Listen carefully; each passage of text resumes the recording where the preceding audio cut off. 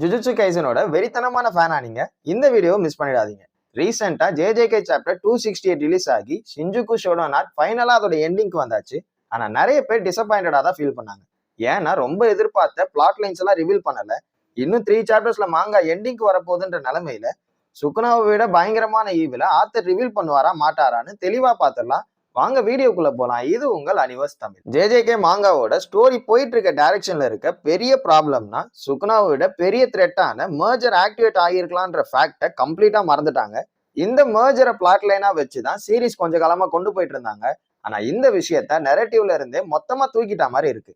மாங்கா முடிய போகுதுன்றப்போ ஃபேன்ஸ் எல்லாருமே ஸ்டோரி எந்த மாதிரி போகும்னு கவலையா இருக்காங்க. அப்படிதான் ரெட்டிட்ல இருக்க JJK கம்யூனிட்டியில ஒரு ஃபேன் சீரிஸோட எண்டிங்க்கு பயங்கரமான தியரி சொல்லியிருக்காரு. இந்த தியரியை பொறுத்த வரைக்கும் மர்ஜர் ஆல்ரெடி ஸ்டார்ட் ஆகிடுச்சு யாருக்குமே தெரியாம. இந்த விஷயத்த சாப்டர் 268ல மெகுமியோட அவேக்கனிங்கும் கெஞ்சாக்குவோட லாஸ்ட் வேர்ட்ஸும் கன்ஃபார்ம் பண்ணுது. JJK சாப்டர் 268ல ஷின்ஜுகு ஷோடோனாக்கோட எண்டிங் மட்டும் இல்லாம ரொம்ப நாளா எதிர்பார்த்துட்டு இருந்த சுகுனா யூஜி கையால தான் தோக்கணுன்ற ஃபேட்டையும் காட்டினாங்க. ஆனா நிறைய ஃபேன்ஸ் இதை ஆன்டி கிளைமேட்டிக்கா இருந்துச்சுன்னு தான் ஃபீல் பண்ணாங்க. அதே மாதிரி ரொம்ப நாளா ஆத்தர் சீரிஸோட என் கேமா மர்ஜர் இருக்கணும்னு பில்ட் பண்ணிட்டு இருந்தாரு. அட்லீஸ்ட் நிறைய பேர் சுகுனாவோட அல்டிமேட் டிஃபீட்டுக்கு அப்புறம் இப்படி நடக்கணும் தான் எதிர்பார்த்தாங்க. ஒருவேளை மர்ஜரை என் கேமா வச்சு சீரிஸ் முடிவுக்கு வந்துச்சுன்னா JJK மாங்கா ஷோனன் சீரிஸ்ல one of the dark and depressing எண்டா முடியும். இந்த மர்ஜர்ன்றது பேசிக்கா மாஸ்டர் டெங்கன் ஜப்பான்ல இருக்க மொத்த ஹியூமனிட்டியோட ஃபியூசிங் ஆகிறது தான். இந்த மர்ஜர் ஆக்டிவேட் ஆச்சுன்னா யோசிச்சு கூட பார்க்க முடியாத அளவுக்கு பேரழிவை உருவாக்கும். ஏன்னா டெங்கன் ஜப்பான்ல இருக்க மொத்த ஹியூமனிட்டியோட ஃபியூஸ் ஆகுறது இருக்கிறதுலே பவர்ஃபுல்லான ஈவில் கர்ஸ்டு ஸ்பிரிட்டை கிரியேட் பண்ணிடும். அப்படி நடந்தா மொத்த உலகமும் அழியறதுக்கு வாய்ப்பு இருக்கு. இதை தான் கெஞ்சாக்கோ அச்சீவ் பண்ண கிட்டத்தட்ட 1000 வருஷம் பிளான் பண்ணியிருப்பான். ஏன்னா இந்த மர்ஜர் கர்ஸ்ட் எனர்ஜியை ஆப்டிமைஸ் பண்ணி ஹியூமனிட்டியை எவல்யூஷன்ல நெக்ஸ்ட் ஸ்டேஜுக்கு ரீச் பண்ண வைக்கும்னு கெஞ்சாக்கோ நம்புறான். இதெல்லாம் இருந்தாலுமே லேட்டரா கெஞ்சாக்கு மர்ஜரை ஆக்டிவேட் பண்ணணும்னு நினைக்கிறது சிம்பிளா அவனோட கியூரியாசிட்டியை சாட்டிஸ்ஃபை பண்ணதான்னு ரிவீல் பண்ணாங்க. இந்த சைக்கோ கெஞ்சாக்குக்கு மர்ஜர் ஆக்டிவேட் ஆனதுக்கு அப்புறம் என்ன மாதிரி ஷேப்பை எடுக்கணும்னு பார்க்கணுன்றது தான் அவனோட மோட்டிவ். இது மட்டும் இல்லாம மர்ஜர் ஆல்ரெடி ஆக்டிவேட் ஆகி கரண்டா சாப்டர் 268ல பார்த்த ஸ்டோரி எல்லாமே ட்ரீம்ஸுக்கும் ரியாலிட்டிக்கும் நடுவுல இருக்க ரிஃப்ட்ல நடந்துட்டு இருக்கலாம். புரியுற மாதிரி சொல்லணும்னா கர்ஸ்ட் ரேம்ல இது எல்லாமே நடந்துட்டு இருக்கலாம். ஜுஜுட்சு கைசன் கல்லிங் கேம்லயே கெஞ்சாக்கு எல்லாரை விடவும் ஒரு ஸ்டெப் முன்னாடி இருப்பான். அதே மாதிரி அவன் பிளான் பண்ண மாதிரியே எல்லாமே நடக்கும். கல்லிங் கேம் கெஞ்சாக்கு அவனோட ஃபுல் பிளானை அச்சீவ் பண்றதுக்கான இன்னொரு ஸ்டெப் மட்டும்தான். ஆனா உண்மையாவே மர்ஜரை அச்சீவ் பண்ண கெஞ்சாக்கு 1000 வருஷம் பிளான் பண்ணியிருப்பான். ஏன்னா fates of the star plasma vessel, Tengen, wielder of the 6 ஐஸ்னு எல்லாருமே எப்பயுமே லிங்க்டா இருக்க கெஞ்சாக்கு அவனோட பிளான் அச்சீவ் பண்ண விட்டதே இல்லை. அதனாலதான் கெஞ்சாக்கு ஹண்ட்ரட்ஸ் ஆஃப் ஏன்ஷியன்ட் சார்ஜரஸ் கிட்ட ஒப்பந்தம் போட்டு கல்லிங் கேம்ஸை ஸ்டார்ட் பண்ணான். ஃபைனலா கல்லிங் கேம்ஸுக்கு நேரம் வந்ததும் கெஞ்சாக்கு ஏன்ஷியன்ட் சார்ஜரஸ் மட்டும் இல்லாம மாடர்ன் டே சார்ஜரஸோட கர்ஸ் டெக்னிக்கையும் அவேக்கன் பண்ணி பேட்டில் ராயல் மாதிரி ஜப்பான்ல நடத்தியிருப்பான்.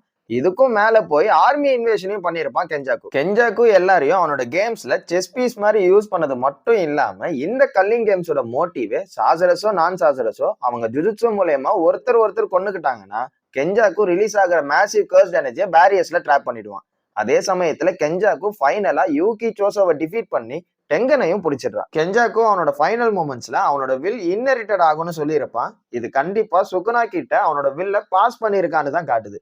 ஏன்னா சுகுனா டெங்கனை கன்சியூம் பண்ணதுக்கு அப்புறம் அவன் கிட்ட தான் மர்ஜரை ஆக்டிவேட் பண்ற கீ இருக்கணும். இதை நிறைய ஃபேன்ஸ் மறந்து இருக்கலாம் இப்போ ஸ்டோரி போயிட்டு இருக்க டைரக்ஷன்ல. ஆனா மாங்கா எண்டிங்ல இது எல்லாத்தையுமே முழுசா கனெக்ட் பண்ண நிறையவே வாய்ப்பு இருக்கு. இது மட்டும் இல்லாம சுகுனா ஜுஜுட்சு சார்ஜர்ஸ் கூட சண்டை போடும்போது யூஜியோட அட்டாக்கால மெகுமி பாடியை புடிச்சு வச்சிருக்கிறது வீக் ஆகுறத சுகுனா ஃபீல் பண்ணி அவனோட டிஃபீட்டுக்கு முன்னாடி மர்ஜரை ஆக்டிவேட் பண்ணிருக்கலாம்.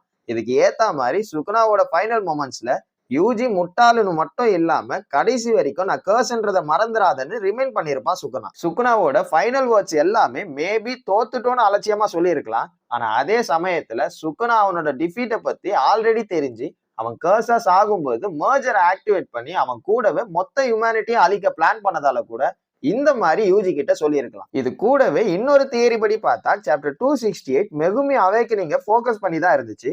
நீங்க எல்லாருமே பார்த்த மாதிரி சுகுனாவோட சடன் டிஃபீட்டுக்கு அப்புறம் இமீடியட்டா மெகுமி கண் முழிக்கிறதுக்கு கொண்டு போயிட்டாங்க.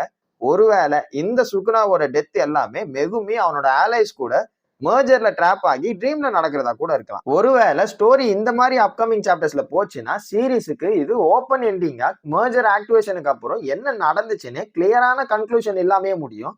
இந்த சடன் சேஞ்ச் ஜேஜேகே சீரிஸோட எண்டிங்கையும் சென்சிபிளா கொண்டு போயிடும். இதெல்லாம் கண்டுக்காம ஆத்தர் இந்த ரூட்ல ஸ்டோரியை எண்டிங்க்கு கொண்டு போனா ஷோனன் சீரிஸ்ல ஜேஜேகே எண்டிங் டார்க்கான எண்டிங்கா வில்லன்ஸ் ஜெயிச்சு ஹீரோஸ்லாம் செத்துடுற மாதிரி ஆகிடும். கண்டிப்பா இந்த மாதிரி எண்டிங்க ஆத்தர் கொடுக்க வாய்ப்பு இல்லைன்னு நம்புறேன். என்ன நடக்க போகுதுன்னு வெயிட் பண்ணி பார்க்கலாம். இதோட இந்த வீடியோ எண்டுக்கு வந்தாச்சு. இந்த வீடியோ உங்களுக்கு பிடிச்சிருந்தா லைக் பண்ணுங்க, கமெண்ட் பண்ணுங்க, அனிமி பார்க்காத உங்க ஃப்ரெண்ட்ஸ்க்கு ஷேர் பண்ணுங்க. இதே மாதிரி அனிமி சம்பந்தப்பட்ட விஷயங்களை தெரிஞ்சுக்கணும்னா அனிவர்ஸ் தமிழ் சேனலை சப்ஸ்கிரைப் பண்ணிக்கோங்க. அடுத்த வீடியோல நான் உங்களை பார்க்கிறேன். அது வரைக்கும் signing off Prashanth from Aniverse Tamil.